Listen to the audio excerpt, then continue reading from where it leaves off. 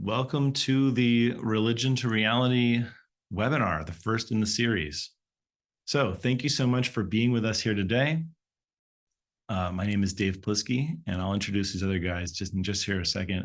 But I wanted to say first that our goal today in this webinar is to inspire and inform you so that you might connect with those you serve and others who serve in ministry. We hope that you come away today with some insights that allow you to improve the effectiveness of your ministry by relying on the data rather than just hunches. In particular, we're hoping to support you in building your building your ministry and helping those you serve lead an integrated life by decompartmentalizing their spiritual journey. In fact, that's why we call this Religion to Reality. Through all the webinars in this series, we're going to be interactively discussing what it means to live an integrated life, where we're not just obligated to go to church on Sundays, but we actually live our faith in each part of our life, internally and externally. This is what transforms religion from a responsibility or a social club into reality, every part of our lives. We'll get more into that in a little bit. So, Father John, would you please lead us in prayer to start? Sure. And since this is an initiative that is co-sponsored in part by DeSales Media, I'd like to read a prayer that was composed by St. Francis de Sales.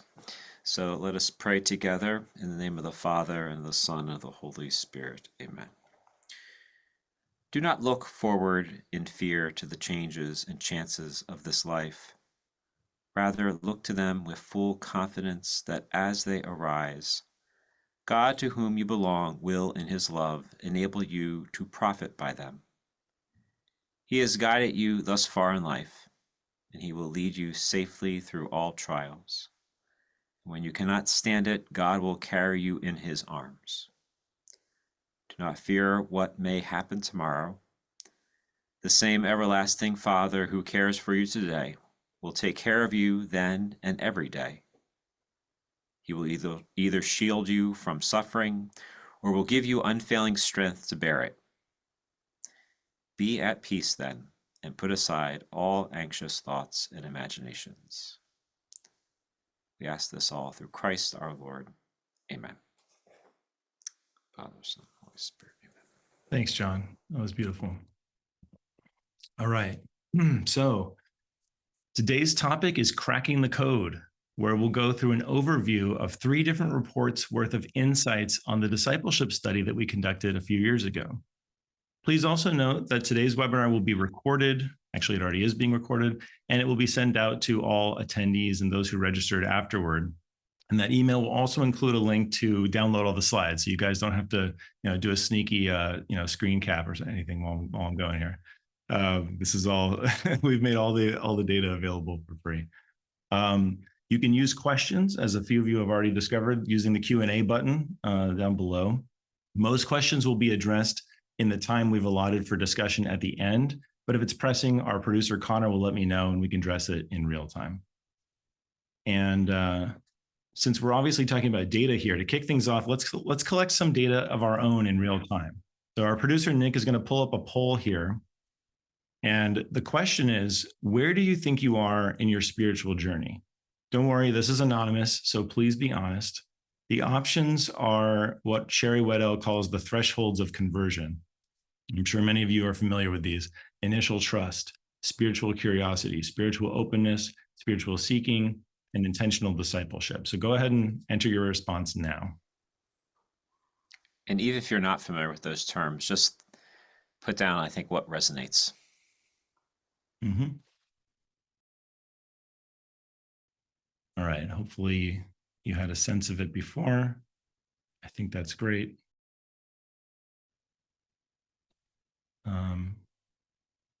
Nick, if you feel like people are kind of locked in, then I guess we can move along.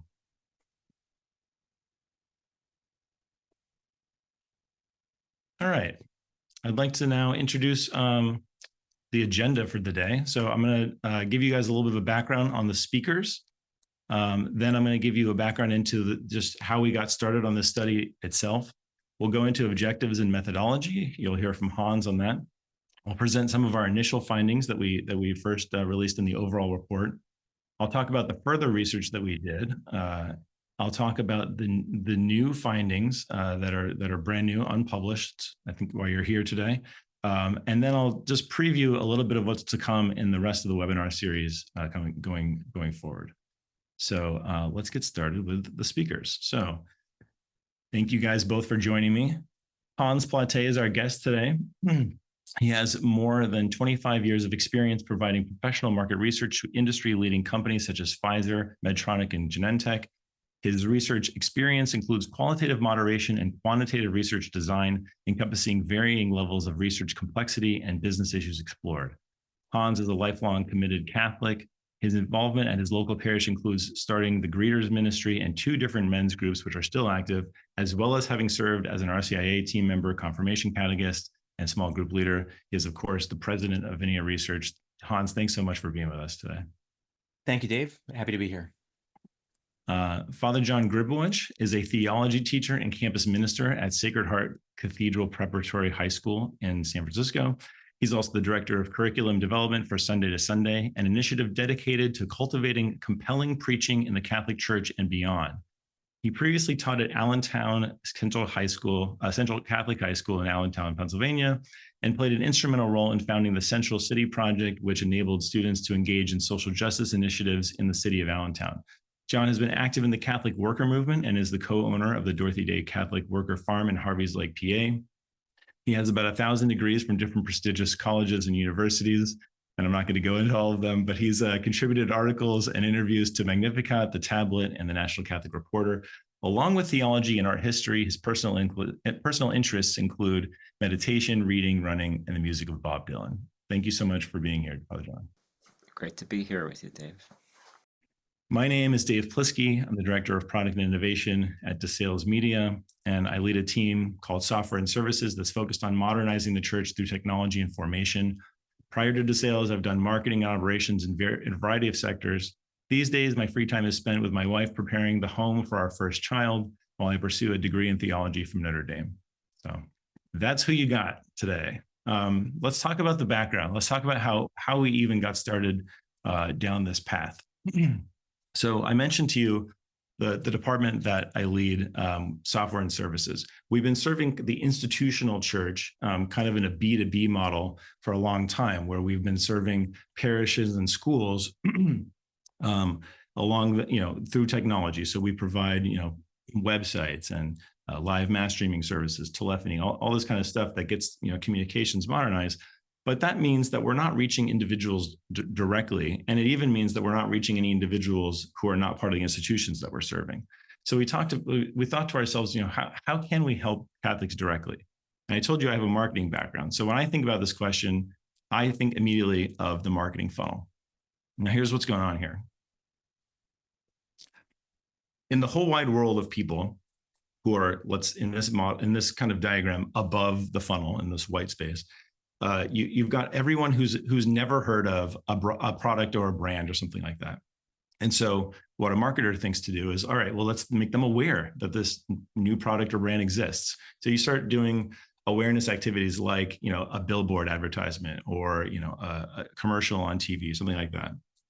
And so then a portion of those people become aware of this product or brand. Now you need to get them to consider the product or brand. So what you do is you do educational activities. You teach them about it. This is where, website copy comes in, things like that. Just they're learning about the product or brand. And some of the people who are aware are now considering. Of those people, you're ready to ask them, okay, it's time to make a purchase. In marketing, we call that conversion, funny enough. And hopefully some of those who have become educated about the product or brand now purchase it. But we're not looking just for one-time purchase. We're actually looking for them to become a loyal, long-time purchaser of this thing. That's why airlines have, miles programs and things like that. But even that's not really what we want.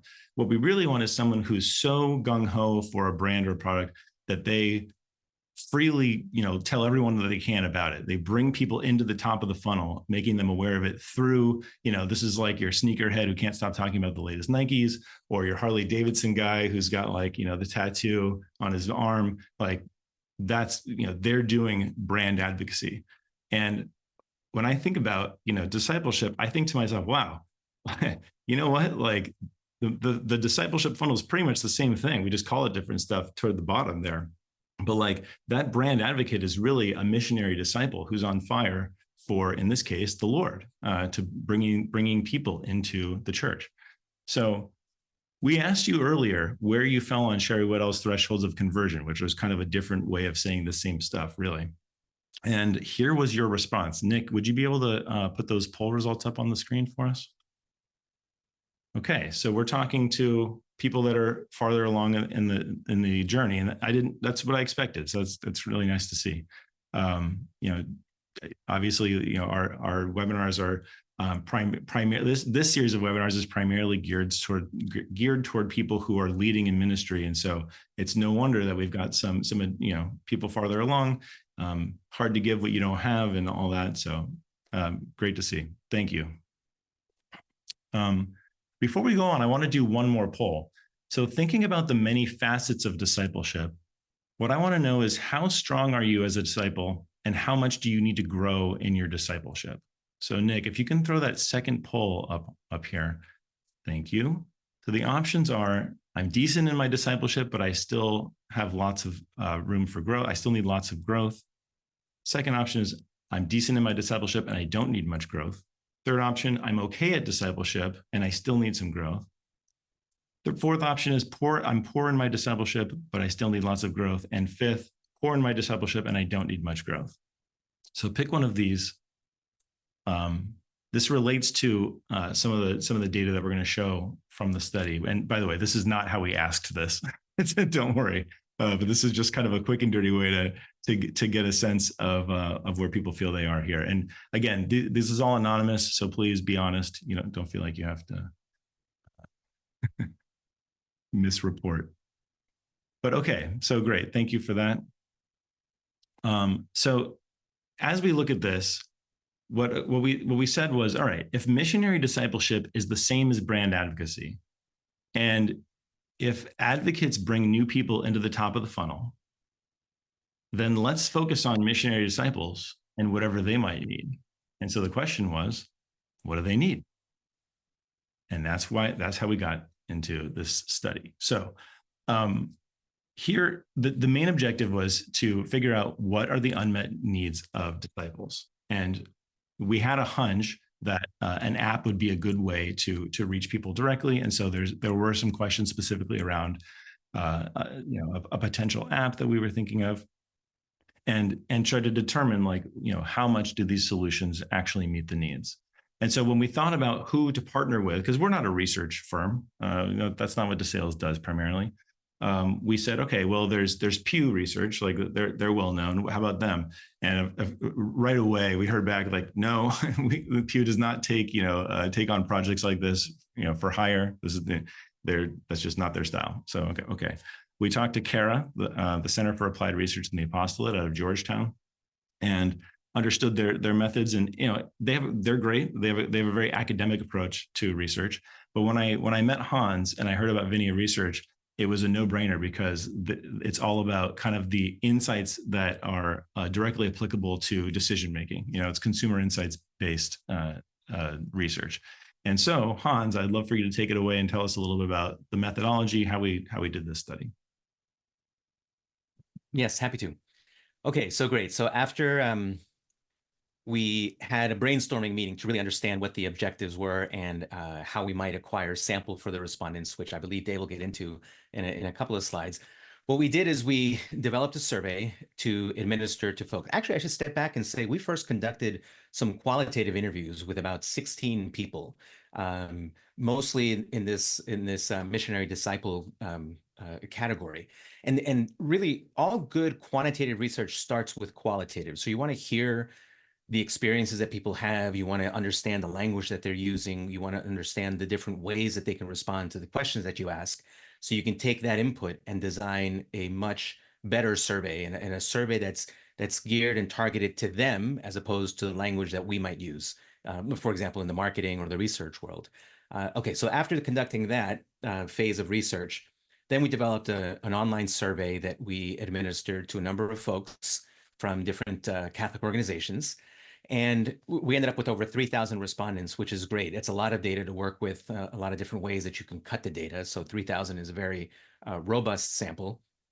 And then we applied a number of different methodologies or different ways of analyzing the results. Most of the analysis was either what we call univariate or bivariate, which means looking at a single question and the responses, or a couple of different questions together. So for example, you might look at how often someone prayed and maybe cut that by or analyze that by the generation that they're in, their age group. That would be a bivariate analysis. But then we also did what we call multivariate, which is where you're looking at a lot of different variables to create some segments that we'll get to in the second part of this presentation. And so that's the general summary or overview of what we did in the research. Great. Thanks so much, Hans. Sure. And I want to highlight something that you just mentioned. Normally when you do a study like this, a nationwide study of, let's say, Catholics, you rent a list basically of people who say that they're Catholic from a list provider, and you just survey them. Well, when we did that, 0 people passed the screener questions where we asked, are you Christian? Are you Catholic? Are you in the US? And do you go to mass every week, basically? And so I guess that shouldn't be surprising, because I think we know only 10 to 15% of people who say they're Catholic go to mass these days. So what we did was we made a long list of organizations that we thought were full of kind of missionary disciples, or in terms of the people that they serve.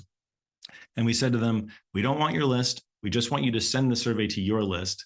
And what we'll give you in return is the data for free, which is why we've made this whole thing available for anyone to use. And these were all the organizations who participated, which we couldn't have done it without you. And I really I'm so thankful. So thanks to all these different participating organizations. So let's get into what we found the first time around, as when we released the overall report a couple of years ago. So there were 4 takeaways I want to highlight today that kind of tell a little bit of a story. And by the way, I'm aware that it's not a best practice to put a ton of information on a slide when you're presenting. The thing is, we're talking about data here. I want to show you the real data. So there's going to be times where there's just a lot of stuff, and I will guide you through it. I've got this little fancy laser pointer here. So I'm gonna kind of guide your eyes around as I'm talking about stuff on these kind of busy slides.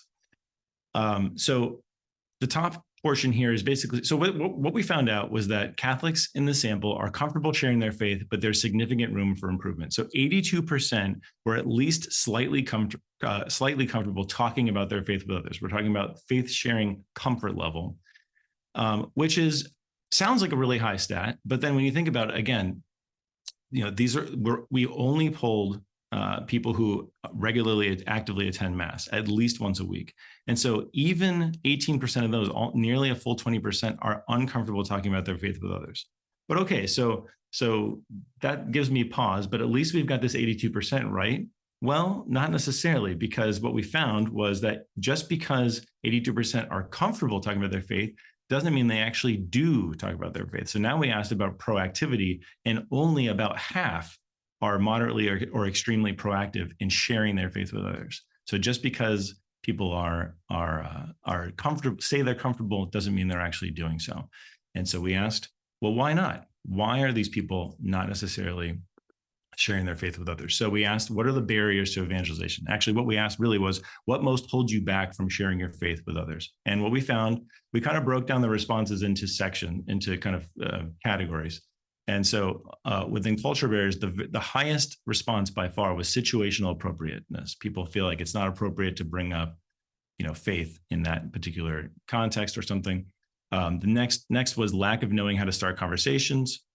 Next was lack of confidence, followed by lack of knowing how to start conversations, not wanting to offend, and lack of experience. And you could think about, different ways of addressing these different things, right? Some of this is just straight up formation. And I mean, some of it might even just be catechesis when they talk about, not needing to understand scripture better. But there's formation aspects, and then there's kind of just relational aspects, right? And just before we started the webinar, John and I were talking about how, like, even though Father John was our pastoral advisor on the questions and how we kind of phrased things and what we were exactly asking, looking back at it now, of course, we wish we had said something differently or added an option here or something like that. And Hans, of course, you let us know that that's how it goes when it comes to research. You always want to go back, but I sometimes wonder, if had we talked about, I'm not a good listener here or something like that, would that have made a difference in this response? Because I think that relationship, which a lot of which is listening, is necessary here. And then finally, the good news is 76% of respondents were moderately or extremely interested in developing, actually, the way we've phrased it was in furthering their formation as a disciple, so as to help in sharing their faith. So decent comfortability, not a huge number of proactivity.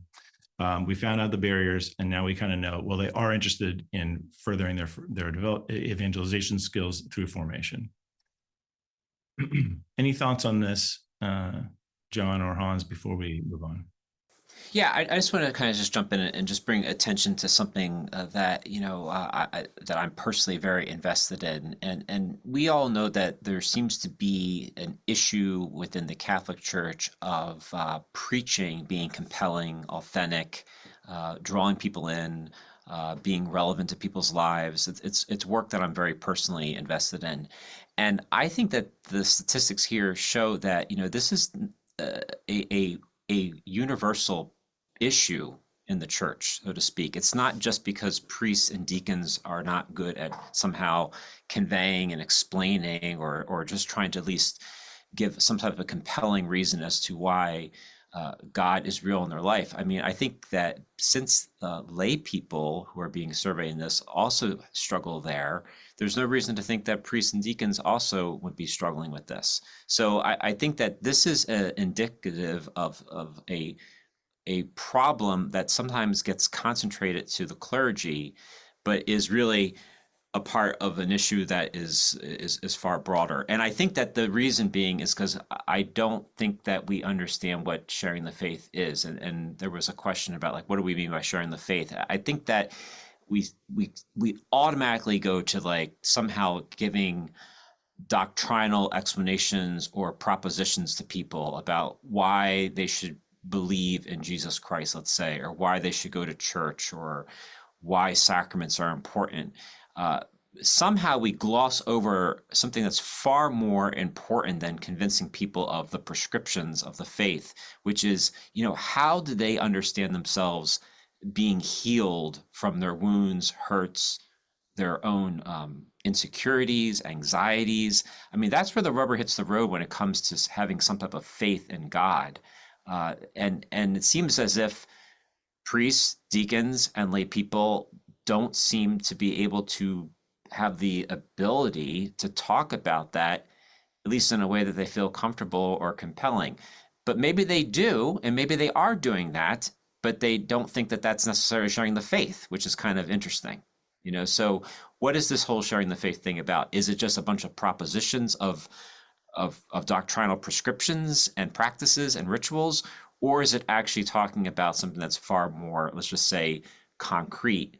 How do they see their life being affected by an awareness of God's presence in their life, and also how that presence is healing them, or at least helping them to navigate and work through the different issues that they face?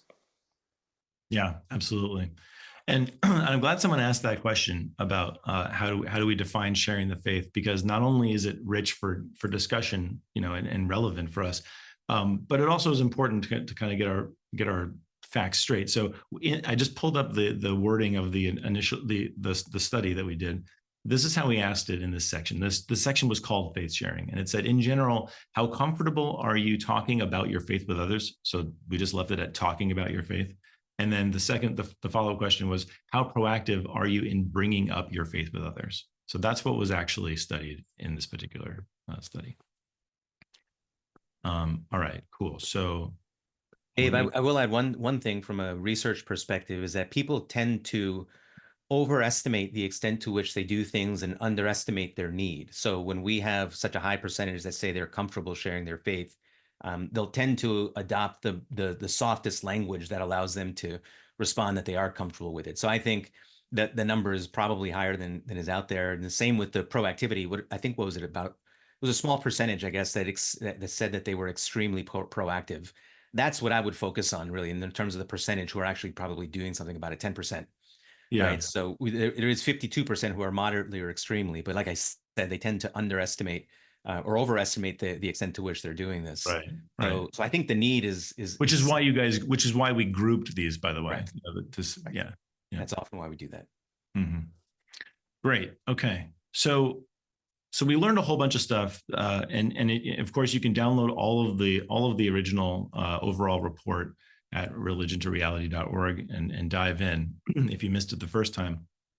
But I was convinced that we had more work to do, actually, and in particular, I wanted to know, two more things. I wanted to know. I was convinced that.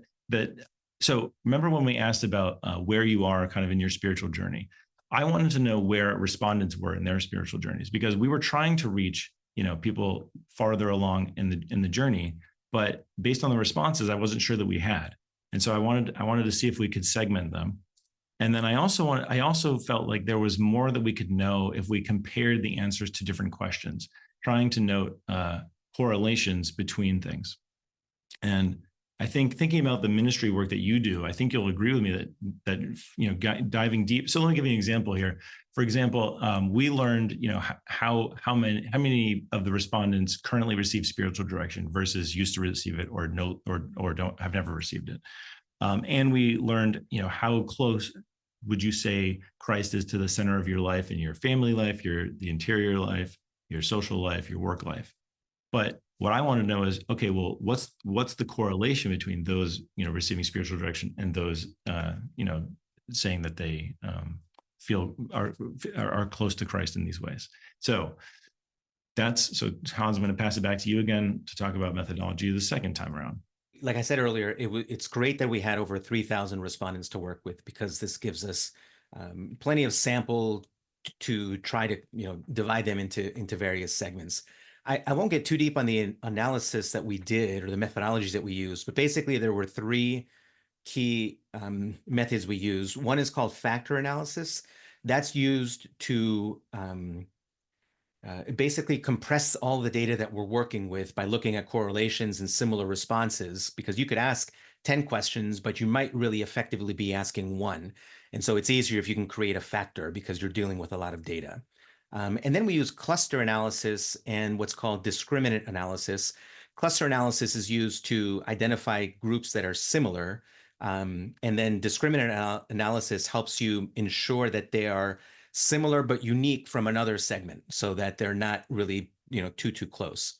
And so these are all advanced analytic tools that we commonly use in the business world, but we were able to apply here. And what we ended up doing is identifying really a lot of harmonic convergence, I guess we'll say, in the different analyses that we did around strength, perceived strength in terms of where they're strong in their spiritual life, and need, where they feel they need the most growth. And so that ended up being the focus of our analysis, and we went a little bit deeper to define them and describe them. But it was a very comprehensive and rigorous approach that was very iterative in nature. So we presented Dave, I don't know how many solutions or results of the segmentation before we netted out on or landed on this particular one. Because what you're looking for is a segmentation that's useful and practical and obviously understandable, not just statistically meaningful, if you know what I mean. Mm-hmm. Yeah. And so why don't you tell us kind of how this shook out? Yes. Well, so I mentioned that the main variables that we worked with were growth and strength.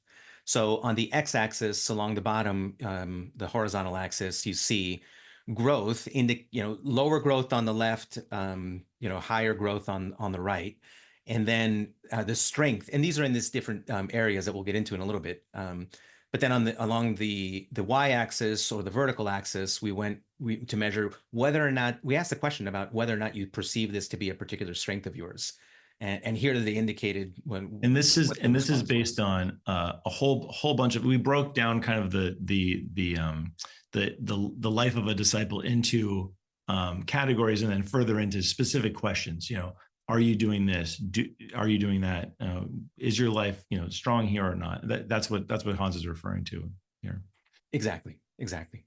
And the result is the plot point. Now, I will say that the plot point is a two-dimensional graph, but it's really multidimensional. So even though some of these segments, by the way, each dot represents an individual. So there are over 3,000 dots on this particular plot. And the color scheming relates to the different segments that they're in. And so you see, for example, segment 2, there are fewer of them, right? But that's the group that is high on strength and then also high on desire for growth in these areas. So we refer to them in the pie on the right as strong aspiring, right? So they're currently strong, believe they're strong, but they aspire to become stronger. And you see it only represents 3% of the 3,000 that we interviewed, which makes sense. And I know, Dave, you probably have something to say about the size of that population. So I'll let you comment on that. Continue. Okay. Well, so these plot points, though, are a summary just on these two dimensions, right? This is a single plane, a green dot that is right next to, or maybe even looks like it's overlapping a gray one, does not mean that they're really this close, because, like I said, there are multiple layers here. But what you see is a clear segmentation where there are people in the upper right-hand quadrant, basically in each of the quadrants, and then right in the bullseye. And that allowed for an easy segmentation analysis, an easy way of talking about and even understanding these different populations or these different segments within the overall population. Right. Yeah, thanks for breaking that down. And so knowing that, even among mass attending Catholics around the country, that we've got such a breakdown, and honestly, not a whole lot of people who feel like they're all that strong in discipleship, and even fewer who are strong and still desiring to grow. We felt like we had a lot of work, but at least we had a couple of segments that maybe become focuses for us, namely the weak aspiring and strong aspiring. Those who, whether they are strong or not, feel that they have a lot of room to grow and would probably be most open to growth opportunities in formation and so forth. So here was a huge takeaway for us. This next slide here. Basically, what we're seeing here is average strength and desire for growth. So once again, we've got this desire for growth here, strength here, and we've got the five segments plotted in these ovals. And within those ovals are colored circles that each of which represent a section of the questions that we asked about the discipleship life. And so this light blue color you'll find in the top of every oval. So within every segment, sacramental life, the light blue color, was the strongest or among the strongest area for these folks. And consistently in every oval, in every segment, the orange circle, which represents the expressive fruits, was among the lowest. So the sacramental life up on top, it consists of things like receiving the Eucharist at Mass and regularly going to confession and things like that. So participating in the sacraments. On the bottom, the expressive fruits includes things like performing the corporal works of mercy, performing the spiritual works of mercy, things like that. And so this is where, Father John and I were saying to ourselves, wow, what you would hope for in a disciple is that there's strong strength across the board and that there's strong desire for growth across the board. But that's not what we're seeing. We're seeing a kind of a compartmentalized spiritual life where all these people happy going to Mass, but it doesn't mean that they're living out their discipleship in these other ways, or at least they don't feel like they are.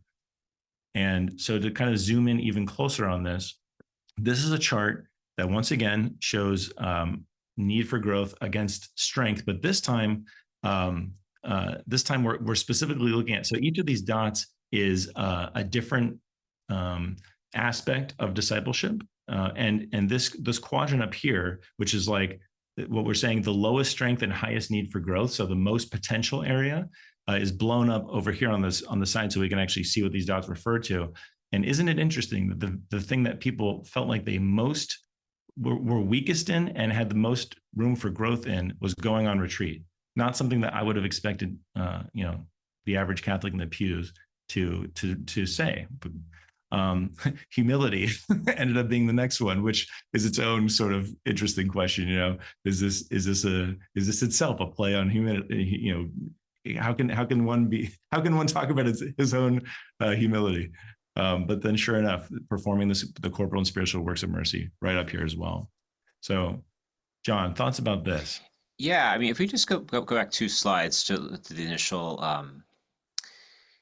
So this whole it's a very interesting way to understand faith. I guess the question is, how do when people say, is your faith strong? What does that really mean to them? That they have assented to some type of belief in the supernatural, that they have assented some type of, or that they affirm the importance of going to church and the sacramental life. Because the interesting thing is what I would say determines how strong one's faith is also how much they realize they need to grow, that they need to expand, and their deepening awareness of God's presence, God's love, mercy, compassion. So really, the strongest faith, so to speak, is the one that knows that they need a greater capacity for faith. That's like the paradox in a certain sense. And I also like to maybe just add here that faith is a very interesting thing, because we always feel that it originates from ourselves, I have to have faith in God. We don't necessarily treat of it as a response to God's faith in us. Our life is pure gift. Our life is something that we did not choose to say yes to at the beginning. But when we actually say yes to it being a gift, that is actually a response to God's faith in us. God wants us to be here. So I just want to put this out here, that this type of research always begs the questions, what were people thinking when they were responding this? Because clearly, if you feel like you have strong faith, I would argue that means that you have a greater desire to want to affirm and say yes to God's faith in you. And that is always an expansive type of awareness, which I would say would be equated with growth. So I just wanted to kind of throw that out there first. And then 2 slides forward next slide, I'm sorry. The whole thing that we always came up with here, that the expressive fruits always seem to be low. Yeah, I mean, that is of a concern, because I guess it gets to the heart of understanding how is all this stuff integrated. I think integration is the key thing. This is religion to reality. I mean, if somehow your faith life is just something that's in your head, that's a cerebral type of activity that you have, or one that's reduced to a particular lane in your life, that this is the church lane, if that's where it is, then the expressive fruits, when you're outside of your head and outside of that lane, probably aren't going to be there, right? So I would just make the argument here, or not the argument, but at least the awareness that much of the faith, as we somehow present it to people, is really something in our head. It's an assent that we're doing in our head, and it's practiced at best through ritual expression. At least this is just a preliminary type of observation I make from the data, and something that needs to be kind of maybe delved into a little bit more. So what does the integrated life look like? How would it show itself? Yeah, I always like to use the little expression that life is participation, not orchestration. For us who feel as if somehow we're the one who moved the needle with making God real in our life, meaning that we make God more real in our life by showing up for church, or by just filling ourselves up with more intellectual awareness of theological ideas, concepts, and just strong proofs for God's existence. That actually is something that's kind of more on our terms, that we're orchestrating a way to try to obtain God in our life. Participation would be one where there's never a moment, especially with every breath I take, that I'm not actually participating in the very life of God. I would not be able to do this. I'm not able to breathe on my own. I'm not allowed to have my heart beat without the very fact that I'm constantly aware 24/7 that my life is not my own. And then to get more specific, with a Christian way of understanding this, that, we are incarnational, that it's no longer I, but Christ who lives in me. So I think that this is a whole different way of experiencing life, because at that point, you realize that nothing escapes the very participation and life of God that you have. So everything is now caught up in the faith life, every single thing, even the things that you don't like about yourself, your sins, your weaknesses, even that is somehow brought up into the very life with God. So I think that would be my way of trying to convey that. Right. We're getting a couple of questions that I think are relevant specifically for this, so I think we can go ahead and address them. One person's asking, what are the corporal and spiritual works of mercy? Hans, did you want to address that? Right. So yes, I think there were a couple of questions related to the expressive fruits and the spiritual and corporal works of mercy. The expressive fruits that we asked about, and this was not language that we gave to the respondents, but expressive fruits is not the language we use to the respondents. The items that we categorize as expressive fruits included giving, performing the spiritual works of mercy, the corporal works of mercy, and then detachment and generosity. And within the spiritual works of mercy, we gave them as examples, instructing the ignorant, counseling the doubtful, admonishing sinners. And the corporal works were feeding the hungry, sheltering the homeless, and clothing the naked. So I think that answers those questions. Yeah. So I didn't realize that was a Catholic specific language, but basically, kind of putting a container around the Beatitudes, some of the Beatitudes in certain ways, I guess. Yeah, it's also Matthew 25, right. Separation of the sheep and the goats, and what you did for the least of my brother and sister, you did to me. Exactly. So before we get into our Q&A, I wanted to just to signpost what we have coming up here. You know what? Even before this, I realized we didn't take a look at the answers to the second poll. So Nick, could we show those, please, and see how people here are feeling? So you guys saw how the respondents to our big survey went in terms of, well, in fact, I'll bring that slide back up. So kind of comparing it, I guess you would say that a full half of people here today feel like they are, strong and still need lots of growth. So a lot of strong aspiring, which is what I really love to see. That's wonderful. Thankfully, not too many people would fall into the too complacent segments. So that's also really, really nice to see. And so, yeah, that's great. This is once again kind of recognizing that, those who really care about this stuff are making their best effort to make it happen. So thank you. All right. So coming attractions, we've got 5 more webinars in the series. And I wanted to just give you a preview of what's to come on each of these webinars. So the first one is about spiritual direction. This insight on this slide is spiritual direction is much less likely among the 2 weak segments. So now we're comparing 2 ideas. The two, so you saw the 5 segments. The 2 weak segments, weak complacent and weak aspiring, are the least likely to have respondents that are currently receiving spiritual direction. So that's what the teal color is here.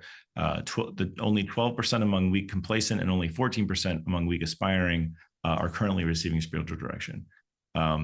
Compare that to the 2 strong segments, where nearly a third of each of these is currently receiving spiritual direction. So there is a correlation between perceived strength in discipleship and whether they're receiving spiritual direction.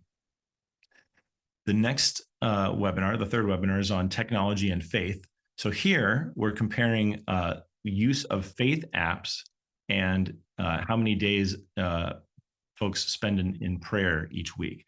And what we found was that there is a correlation. There is a 5% more higher likelihood that someone would be in prayer every day of the week if they were someone who regularly uses faith apps compared to those who don't.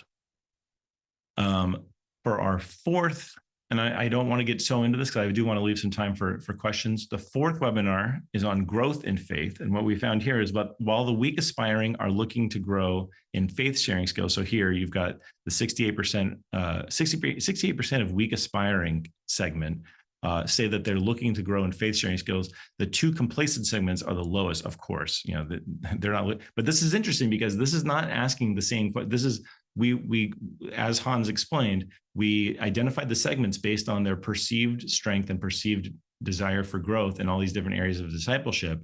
And then this is a separate question, which is which was, you know, do you it was something along the lines of do you hope to get better at sharing your faith with others?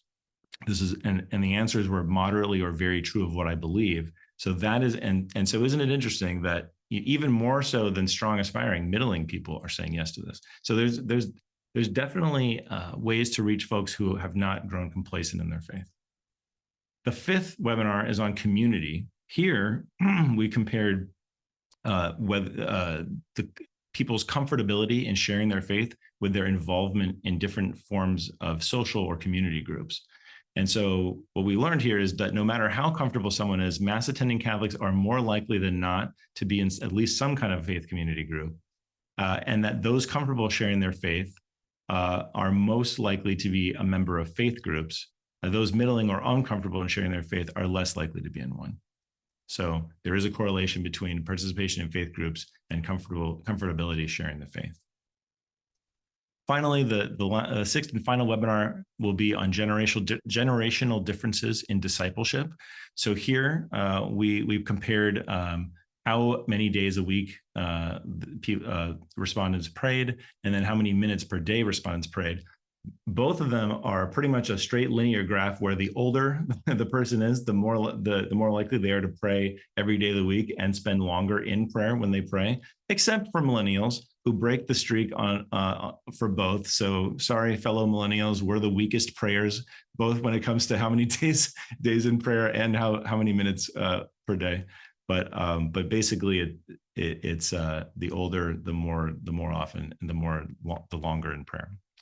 So this is just a sampling, one slide among many that we're going to have in the coming webinars. Here's the full list, the schedule of upcoming webinars that happen every other week until the beginning of December, which is basically going to take us all the way through till the time that I'm on paternity leave.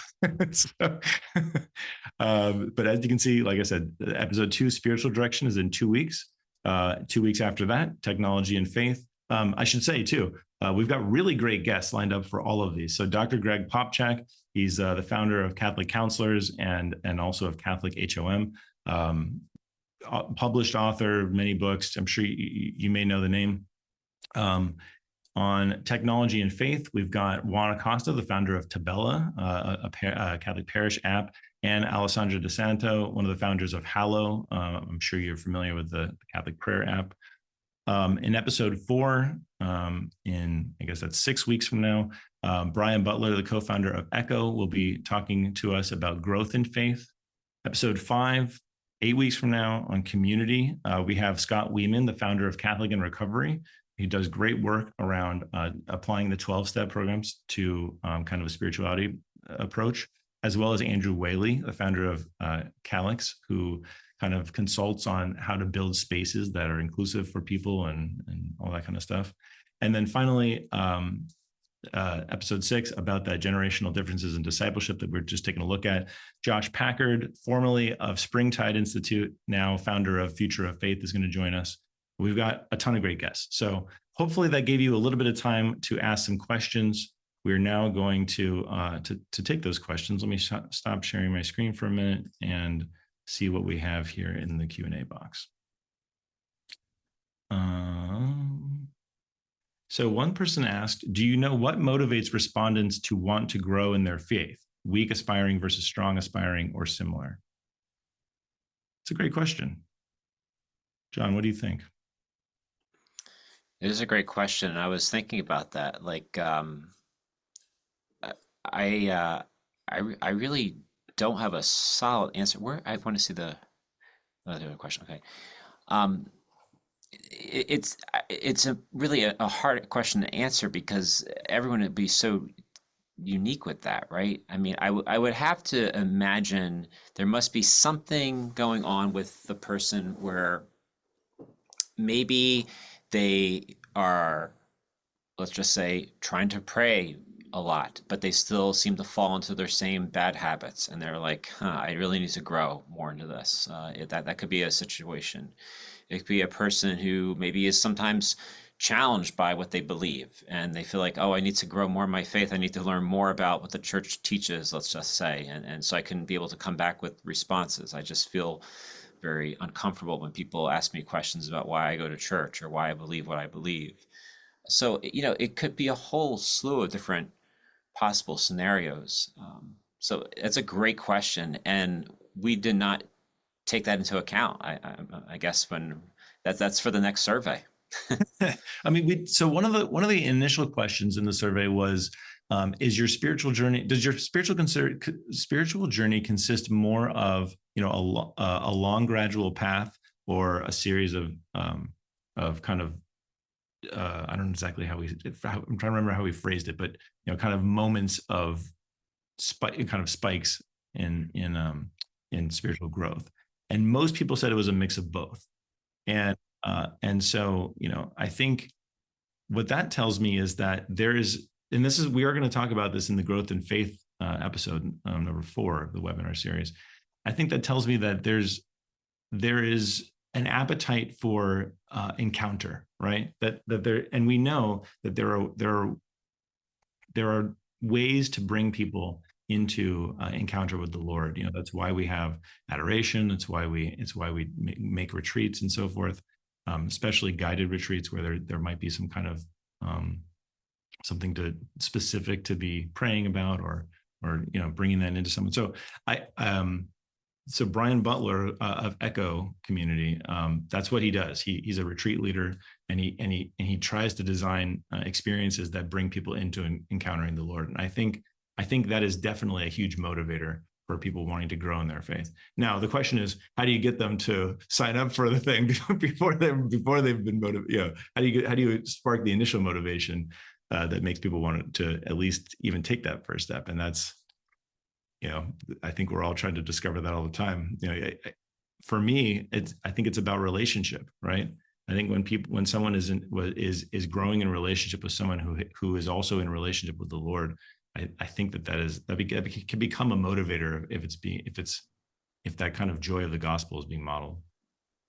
Yeah, I mean, I would take a different angle too. I mean, where I think that the first impetus for going deeper in a faith life is having a greater awareness of your need for it.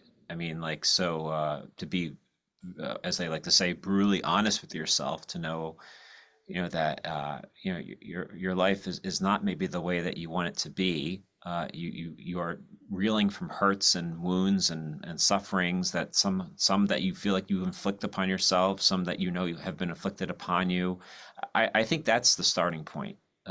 Like we often try to think like the faith life is something outside ourselves. God is outside ourselves. The church is outside ourselves, and then we have to somehow like do these mental gymnastics to try to convince ourselves that all that stuff should somehow be important. But I think that the least mental gymnastic is needed is to be honest with yourself. Like, really, where are my wounds, and start there, because the more you're able to understand your wounds, the more you're open to being open to how those wounds could be particularly healed, not through like some type of prescriptive recipe, but through the companionship of people also on the journey, wherever they may be. That's why, once again, 12-step programs are so effective, because they're done with other people. It's not just something that you do on your own. It's not just something that you make an assent to in your head.